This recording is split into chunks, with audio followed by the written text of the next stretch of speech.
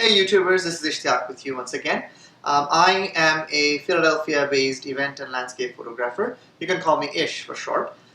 In the previous episodes of this photography blog, we've had 4 so far. In those episodes, we've looked at how we can process travel photos. We have predominantly used Adobe Lightroom, and we haven't gone into so much of a detail. We've mostly looked at how we can improve a picture globally, and then how can we go in and make some local adjustments to improve the pictures. Now in this episode we are going to be working with our first raw file. The reason why is that I want you to see how a raw file is very helpful to you, in the sense that it contains so much more information than a JPEG file. So we're going to be working on that. This photo is actually another travel photo. It's been taken by another friend of mine who visited the Grand Canyons recently. I've never had the luck to visit there, but it was amazing. It was a privilege to receive a photo from him, to kind of work on it, to see how we can, once again, as I said in the previous episodes, bring up the beauty of the picture.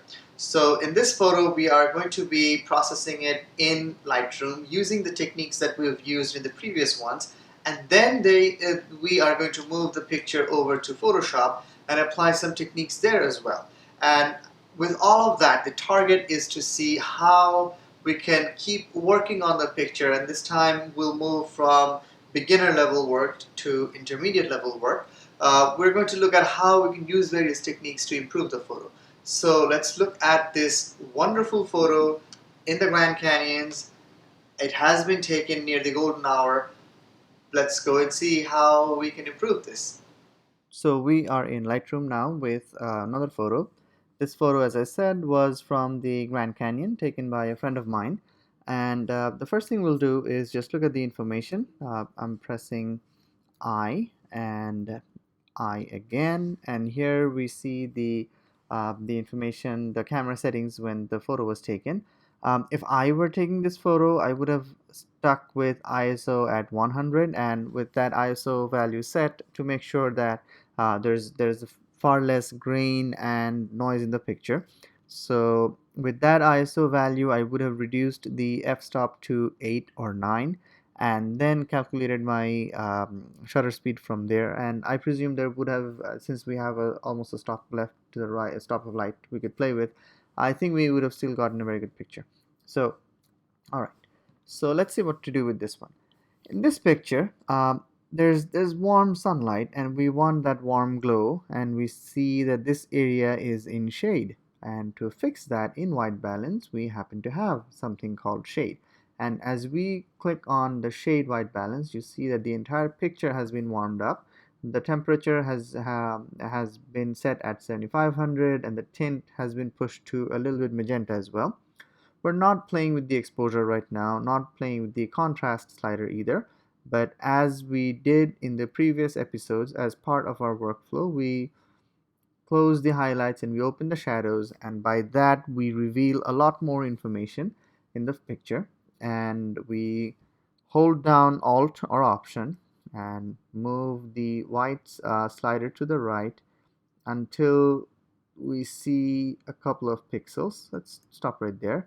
So we have a lot more information now, and let's hold down the Alt or Option again and bring the blacks slider down until we see some black points here. So that's where we are as part of our standard workflow. We also notice that there are quite a few spots here, so we'll need to fix those. Let's take care of this big obvious one first. So there's that, and if we click on the visualize spots with the slider moved all the way to the right, it may be around here when you first start, but as you move, more areas will be revealed, and you'll be able to notice a lot more spots and fix a lot more spots. Okay, I didn't mean for that to be too big, but so yeah, we can do that, and we can go ahead and fix these spots. I'm not going to spend too much time here because we had a previous episode where we looked at various methods of fixing spots using Lightroom and Photoshop. So I'm going to include a link to that and not going to go through all of it or too much of it. Okay, so there we are. There's another one there. Let's see if I can fix just that one.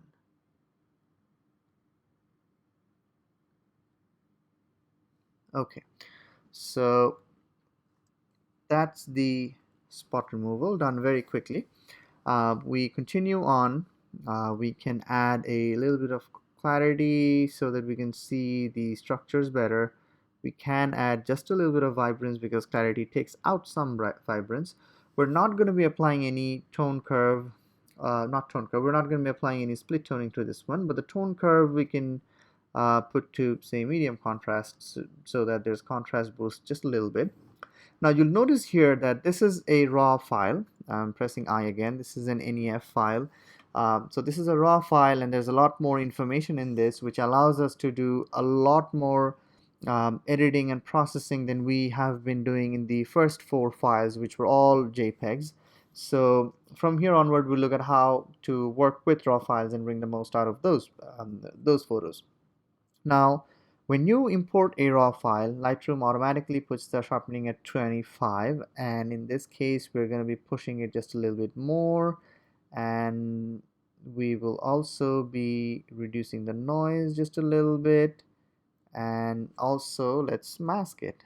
We've used this before, so press down the Alt or Option and move this slider until you come at a point where the sky is not sharpened. So whatever is white is being sharpened, so we see the edges and the rims, and that's what we want to sharpen. So let's put it about there. Let's come down here, and in the lens corrections, this is where you'll see a change that you didn't see in the previous JPEG files. You'll see some change here. You'll see that the moment I click on this, the distortion has been fixed because Lightroom knows the profile of the lens that has been used, and for that wide angle lens, in this case not a wide angle, this was actually a long lens, but it fixes whatever distortion is here. And also let's click remove chromatic aberration, and let's also just push the dehaze slider just a little bit. All right, so that's where we are. And did I straighten the horizon? No, I did not. So pressing down control, or not control, oops, my bad, control Z to go out of that. So all right, so coming here, you can either click on this or you can press down command or control in Windows and draw a line, and that line will be the one according to which your horizon will be straightened. So this is where we are using Lightroom, using the workflow that we have been using in the previous 4 episodes of this photo blog. So let's press backspace, not backspace, backslash to look at the before. There it is. So there's the before, and here's the after. So immediately we see drastic improvement. So in this case, let's take this one step further. Let's take this one step beyond the basic editing and try to see how we can improve it in Photoshop. So right click, edit in Adobe Photoshop. Okay, so let's give it a second to open up in Photoshop. It's going to convert the file to a TIFF file from the RAW that it was. So there it is. It's reading the camera raw format. And there you go. So there's our file. Let's zoom out just a little bit so you can see the whole thing. Okay, so here we are. Let's unlock the background layer. So what we want to do here is see if there's any way that we can improve the contrast of the photo, and if there's any way we can mix and match or place or work with the fantastic foreground and midground and background elements that we have in the picture. So to do that, we are going to be using some adjustment layers. So let's bring this in. So let's create a curves adjustment layer, and what this will allow us to do, did I pick levels by mistake? Let's not do that. So let's create a curves adjustment layer. All right, so there we go. What this allows you to do, and this is similar to the tone curve that we have applied. We in Lightroom we applied the defaults, the medium contrast, the strong contrast, or just linear. We can leave it there as well. But in this case, we are going to try and play with it. And what we're going to be doing is let's try to make an S of some kind and see what happens. That's what increases the contrast of pictures. You see immediately there's a lot of difference, a lot of change from where we started. And so this is the before, this is the after. So that's what happens here. Now that's definitely some change, but it also, I like the way it applied on the foreground, but I didn't like the way it applied on the background. So what can we do? So here's a mask. So we come to the image menu up top, and in image you see apply image. So click on that. Let's just pick layer 0, and there we have it. So here we have a mask, and if we look at the mask, what we will see, and I pressed Alt or Option, then clicked on this one. We see that there's sort of like a monochrome, a black and white version of the picture, and whatever is black is where the curve is not being applied, and wherever it's white is where the effect is applied. Now the problem is we did not want the effect in the background to be applied. We wanted it to be applied in the foreground. So what we do is we select this mask and we press Control, or not Control, Command or Control I to invert this. So there we go. So here we have a selective use of a curve on the foreground. Now we want to do something to the background as well. So to do that, we come here, we create another curves adjustment layer, and this time let's just darken the photo a little bit and see what happens. And as we darken this, you'll notice that there's a very warm, soft, yellowish darkening going on in the background. So let's take that other one out. So here's the before, here's the after. So we like this effect and we want this effect to be in place in the background. So let's keep this. However, what has happened is that it messed with the wonderful foreground that we had. So once again, click on that, come to image, click on apply image, press OK, and if we press Alt or Option, click on the curves, we see that this is one that is mostly applied, more heavily applied in the background because that's white and these are dark. So that's what we want to do. Oops, my bad. So let's name these just so we don't confuse what they're doing, and let's name this the background. Now if we want to play with this, if we look at this mask and we're not happy with the way it is, we can change it.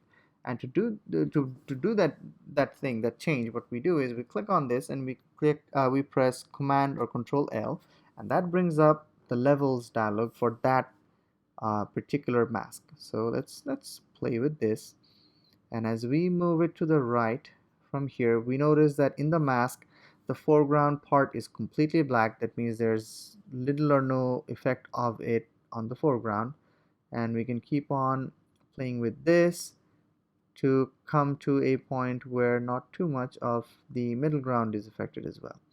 So let's do that and just keep it here. And of course this is instructional, so you can play around with this until you're happy with what you see. So the idea here is that you can come and you can use any of these adjustment layers, and from that you can come up with the effect you like. And in order to make sure that you like the effect and you would like to apply it in select places, you can use a mask. The mask could have been any mask. We could have created a mask here, and we could have selected black and a brush, and we could have just painted, and we could have made sure that that particular block does not get any effect applied. But a better way to do that is to use the apply image, because there you have an image where there's an actual gradient, and that's why it will not look out of place. That's why it will not look like someone just spilled some paint on it. So you want that gradient. It helps to have that. It makes it look, whatever effect you're using will be more natural because of that. So that's the basics we're doing. And let's do something here. Let's select these two and put these in a group. Let's name it the curves folder. And now we are going to be applying something else. Let's come here and let's select the gradient. And in the gradient, let's come here, and for again, since this is instructional, I did not go for anything outside of the defaults, but let's pick this one, this color. In this color, what we see is we have a gradient going from sort of a cool purplish color to an orange warm color. So let's select that, hit OK. You see that it applied on your picture, on the image we have. So let's click on this again and apply image once again, and let's see what happens. Well, we have something very psychedelic. It doesn't look very nice, but we have a kind of gradient that is consistent with the photo when we started. So what we do is we bring down the opacity of it. Let's bring it down a little bit more, say up to here, say about 40%. The reason why we did this is that we wanted to create a sense of depth. We have foreground, we have middle ground, we have background, and we have definitely three very interesting subjects in three different locations. And and that creates depth, of course, but there's another way of creating depth, and that is through color. And as you have this transition from a cool color to a warm color, or a warm color to a cool color, that will create a perception of depth in your photo. So that's something to consider. Again, you can play around with this. You can make sure that you have the right colors you like, and it's a very there are lots more details when you are going into color theory, but I'm not going there. I'm only showing you the default. Maybe in a future episode we're going to cover some of the details and the choices you make and why, but this is the default that's there and it works very fine. So let's have that. And finally, what we are going to be doing is pressing command control not command command alt shift E. What this does is it creates a copy of all visible layers. um, I believe you can do it from layer as well. You can have merge visible, but you can't use this shortcut because then it'll just flatten the whole thing. You're not going to have something different. What I wanted is a separate layer with everything, every change that has been made, but in a copy, not the original one. Now, the reason why I had this is that I want to create a vignette. Um, as you know, in Lightroom, there is a slider called post crop vignetting, and we can move that. And as we move it, what you're going to see is an even vignette from all sides, and that definitely works perfectly. But I wanted to do something with a little more control, and I wanted you to show how to do to see how to do this. So we, in that layer, in that vignette layer, we selected the rectangular marquee tool, and we are going to draw a, a square, and intentionally I'm going to make it just a little bit off so that it's different from the standard uniform one you see. So we do that, and then we come to the select menu, come to modify, and then in feather, let's, yeah, it was at 500, let's keep it 500. So let's make a feather like that, and then I press delete to delete. So as you see in this layer, and I'm pressing command D to deselect. So you see we just deleted here, and all you see is, let's see, so this layer only has the edges, just the border, and that's what we wanted. So what we are going to do with this is change the blending mode from normal to multiply. And the moment you do that, you have a vignette that's somewhat customized. And of course, we don't want this to be too heavy. Once again, the whole point is to come up with these adjustments and then just turn it down a notch, and so that it doesn't look, too out of place. It doesn't look too psychedelic.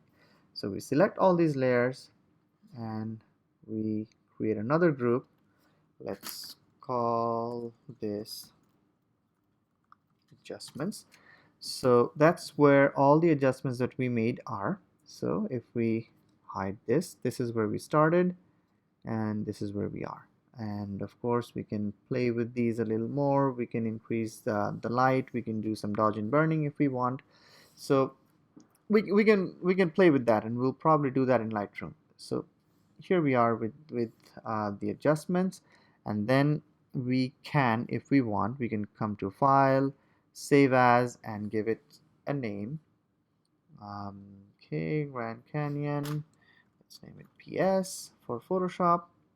Let's hit Save, and what will happen is this file will be saved and a copy of this will be available in Lightroom within that same folder and same catalog that you see. So that's a beautiful thing. You're sending something from Lightroom to Photoshop. It is processed, and now when it's going back, it's already automatically there sitting right next to your raw file. Now you could have simply clicked on close and hit save, and it would still be there having that same file name with a TIFF at the end. But I find it useful in more of a housekeeping, in a housekeeping way, to give it a name that I choose. So we're back in Lightroom, and here's our photo. So Grand Canyon PS TIFF, that's the file that we were working on. All right, so let's see what we want to do in Lightroom if we want. If you choose to, and continuing along with the double processing we're doing in two different applications, we can come and do some dodging if you like. And this is entirely up to taste. I'm not saying that you should or have to, but we can come and make some changes here to bring out even more.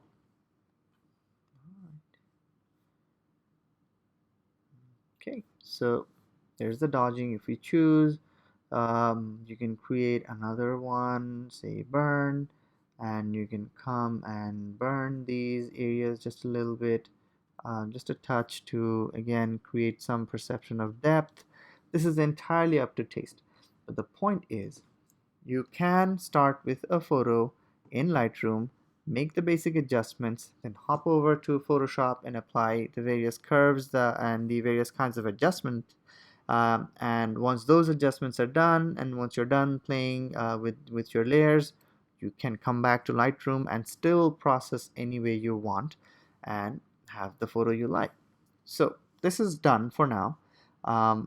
What you can do is next you come to export, and in export what I find useful is if you can choose to export the full size, and in order to do that you pick a high quality, you sharpen for screen, you don't resize or do anything like that. That's all nice and good. The problem is you export the photo and then you try to upload that to Facebook, for example. And what will happen is Facebook will reduce the size. And once it does that, they have a very bad algorithm which is going to completely butcher your photo.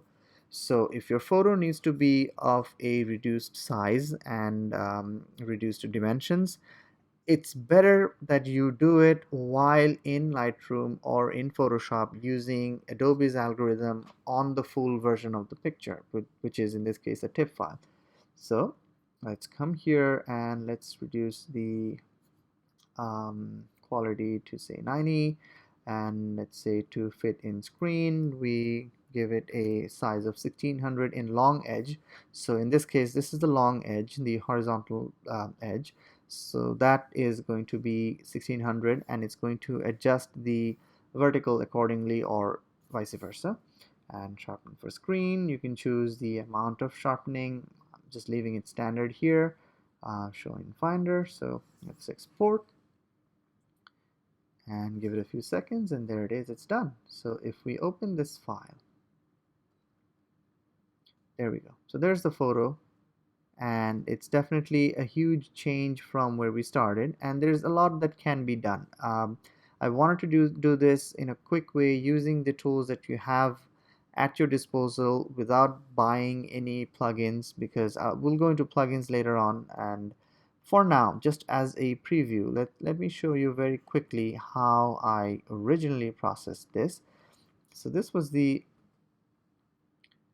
original version of it. This is how I did this, and instrumental to this processing was the luminosity masks that I got from Tony Kuiper. So these are Tony Kuiper actions. If you're working on landscape, this is probably the best investment you're going to make. They've come up with a newer version of this. I haven't installed or tried that out. But this allows you to create various channels and various different kinds of masks, and I've used those and used just a few of those, and you can very quickly, it's all made automatically. You can very quickly uh, just select each of these, and just from there you're going to see the changes, and you're going to come across something you like, and you can take that as a base and then move up and work according to how you want. And finally, when it comes to exporting for screen or drastically downsizing a picture, they have the save for web option with web sharpening. You can just select a dimension and they'll just spit out something that looks wonderful. You don't lose any sharpness, you don't lose any quality, and your picture looks wonderful wherever you post it. So they have look him up, Tony Kuiper and Sean Bagshaw. They have wonderful tutorials. This is a wonderful thing to have, and hopefully in future, some of the time, I'll walk you through this as well. But for now, nope, don't save. So for now, back to Lightroom.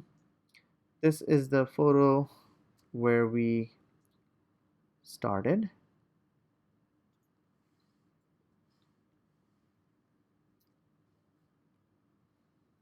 Come on. Hating the lag, it happens some days. There we go.